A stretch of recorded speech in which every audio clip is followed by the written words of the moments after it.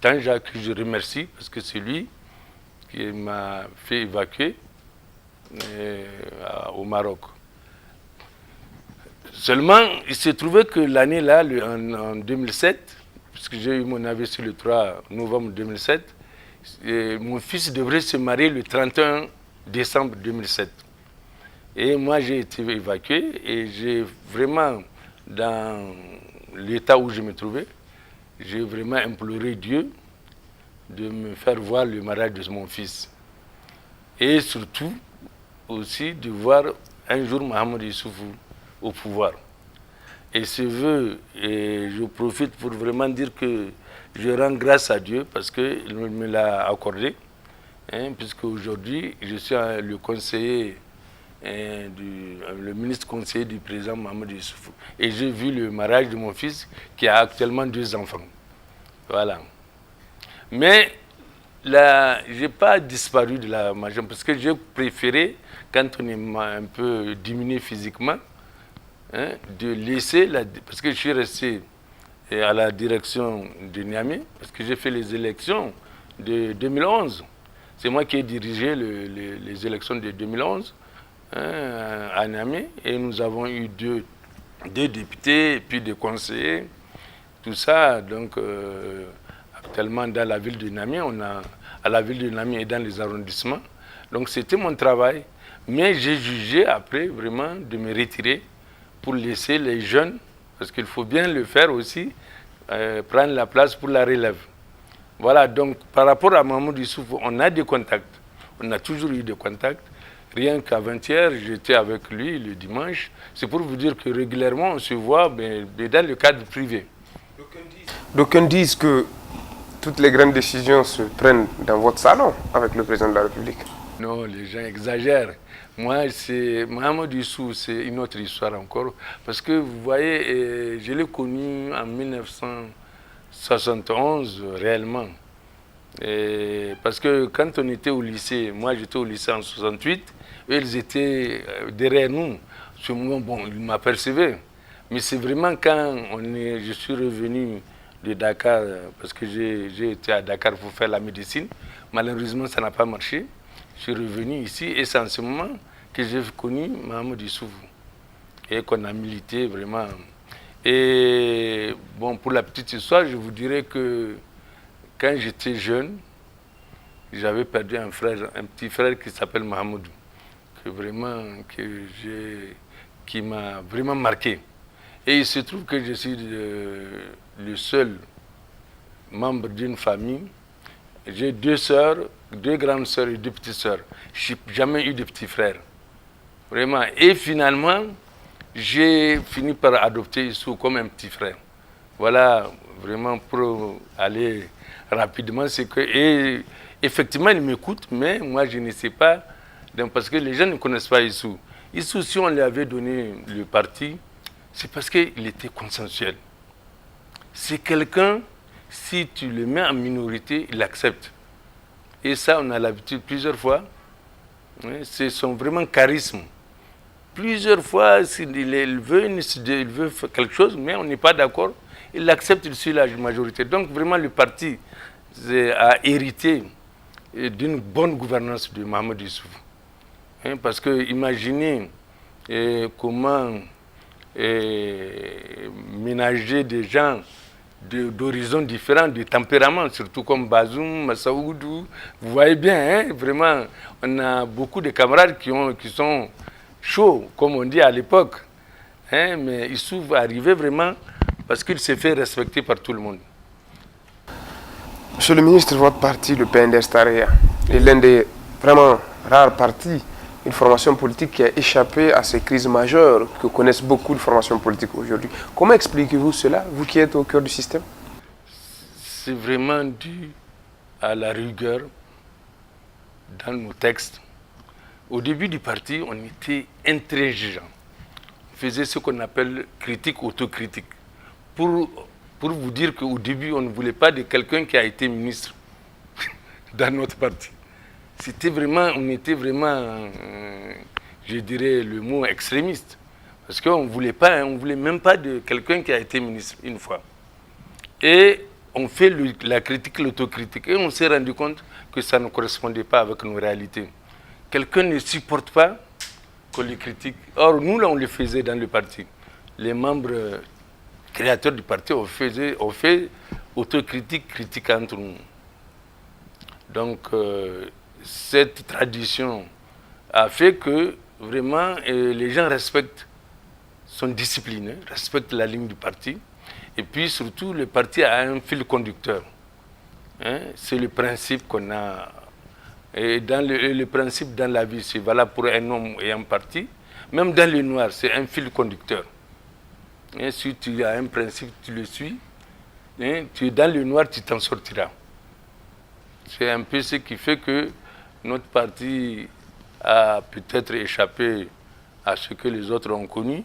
Et j'aimerais vraiment profiter de votre émission pour saluer toutes les militantes et tous les militants qui, malgré les brimades pendant 20 ans d'opposition, certains ont été exclus, certains ont été bastonnés, certains, je prends le cas de Maman Habou, il a fait la prison combien de fois de Hama, uniquement parce que, en tant que journaliste, il disait ce qui se passe. Tous ces camarades-là, dont l'exemple est Maman Habou, et d'autres, je les remercie parce qu'ils sont toujours restés fidèles au parti, malgré toutes les brimades qu'ils ont connues. Hein, parce que j'en sais qui ont été brimés, qui ont été vraiment victimes de l'exclusion et tout.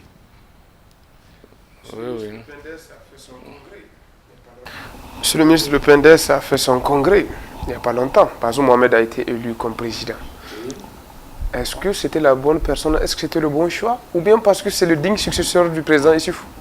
Mais le camarade Bazoum, je vous dis que c'est pas surprenant. C'est un produit du PNDS.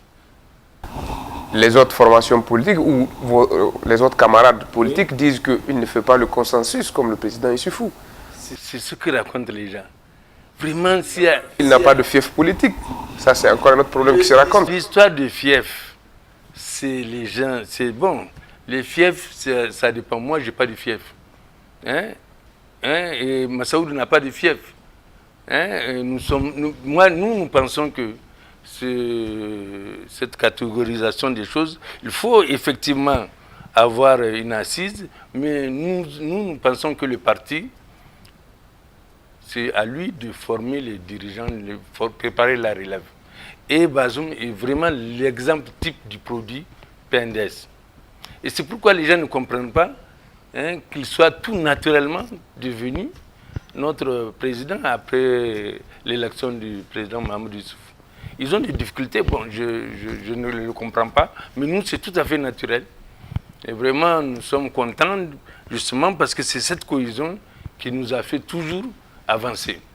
Parce que je me rappelle, on avait connu 2 échecs, 2 trahisons graves des autres. En 1999, des partis qui devraient nous soutenir, je ne les citerai pas, ils se connaissent. Ils savent ce qu'ils ont fait. C'est le cas aussi en 2004, parce que moi, j'étais le président de campagne en 2004. Et j'ai signé Et au moment où certains devraient signer... Vous avez signé avec quel parti politique? Non, je ne veux pas les signer. Ce n'est pas la peine, c'est l'histoire. C'est important de... Non, c'est-à-dire que j'ai mes documents. Il y en a qui ont refusé de signer, il y en a qui ont signé et qui se sont dédiés. Et quels étaient les signataires, monsieur le ministre? Les partis signataires? Non, je ne peux pas vous le dire parce que vraiment, je pense qu'on est dans une structure, dans un gouvernement d'union nationale. C'est très important pour nous de tous, et je demande à tous les Nigériens de regarder dans la même direction. Il y en a qui rament à contre-courant.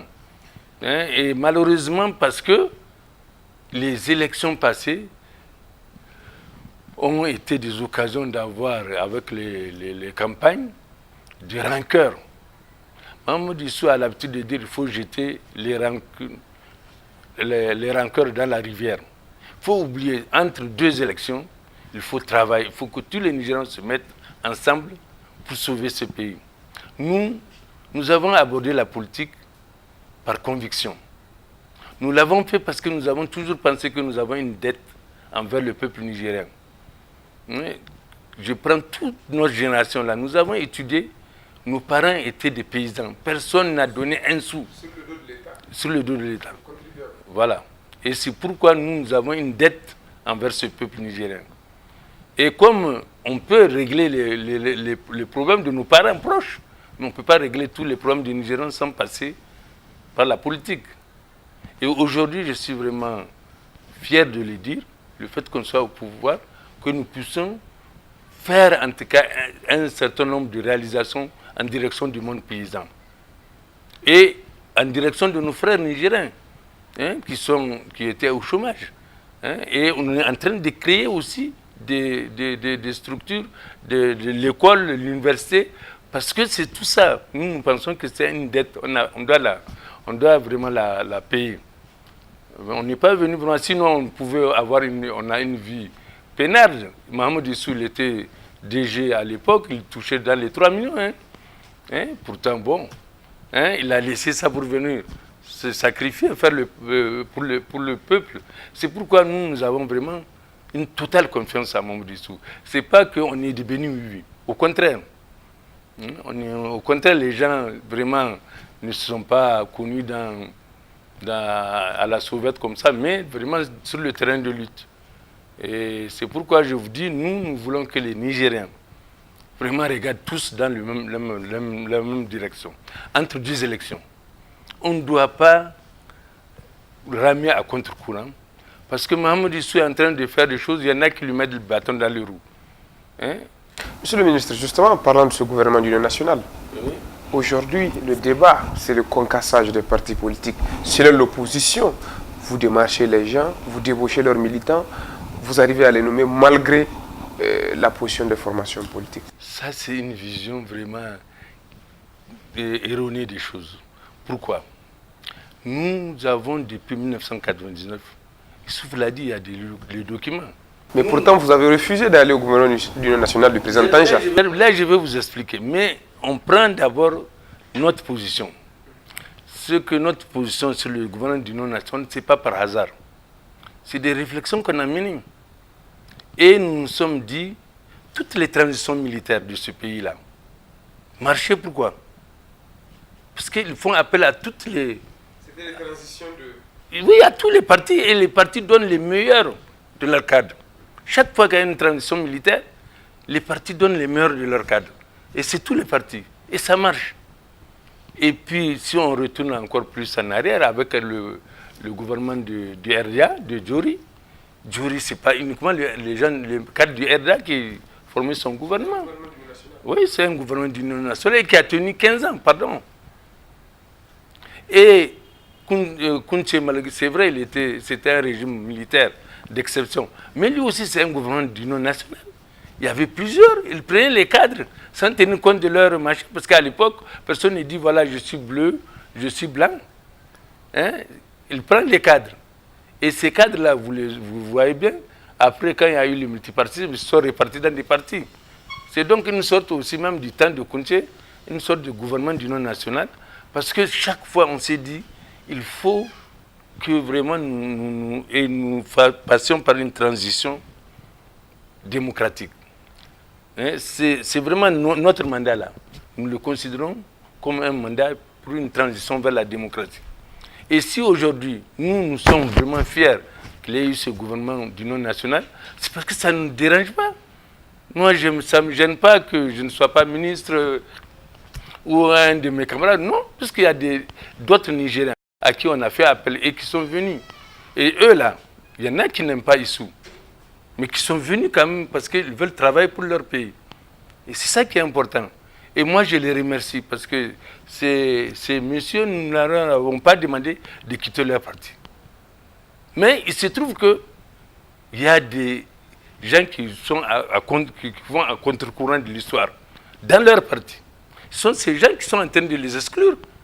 On n'a jamais dit... C'est aussi la rigueur, comme vous le dites, la rigueur de textes politiques. Les militants rebelles, comme on le dit. Mais les textes politiques, hein, si les gens prennent une décision, il faut qu'ils l'assument. Hein? Ils ont dit à leurs gens que voilà, hein, on a négocié pendant 3 mois avec eux. pour qu'ils fassent, ils retournent Kazakh, leur machin. Non, c'est pas normal. C'est-à-dire que c'est vraiment, nous, ce que nous leur reprochons, hein, c'est le fait de vouloir nous rendre responsables de leurs problèmes.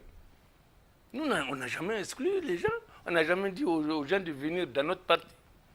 C'est eux qui sont en train d'exclure les gens, hein, et qui se plaignent de nous encore. Ils disent qu'on casse les machins. On est en train, vraiment, c'est le voleur qui crie au voleur, quoi. Hein? Nous, si les gens veulent venir avec nous, on ne peut pas refuser. Monsieur le ministre, c'est aussi la discipline au sein des partis. Vous avez eu, à un moment donné de l'histoire, à exclure les maîtres Souley, les Issa Baglam. Il y a le fonctionnement interne du parti. Il y a les règles. Nous, c'était une question donc de divergence. La première divergence qu'on a eue, c'est avec les camarades de Ajikirgam. Et puis bon, après il y a eu la divergence avec... C'est tout à fait normal dans un parti.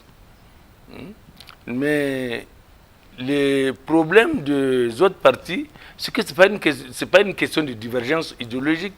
Parce que nous, c'était à la limite d'une divergence idéologique. Hein, là, je trouve que souvent, c'est un problème de personnes. Il y en a malheureusement dans notre pays des gens qui confondent beaucoup la haine, l'adversité.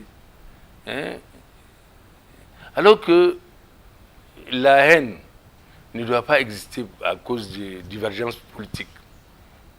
Moi, je fréquente des gens qui ne sont pas de mon parti, parce que je le connais depuis longtemps. Mes parents, certains sont dans d'autres partis.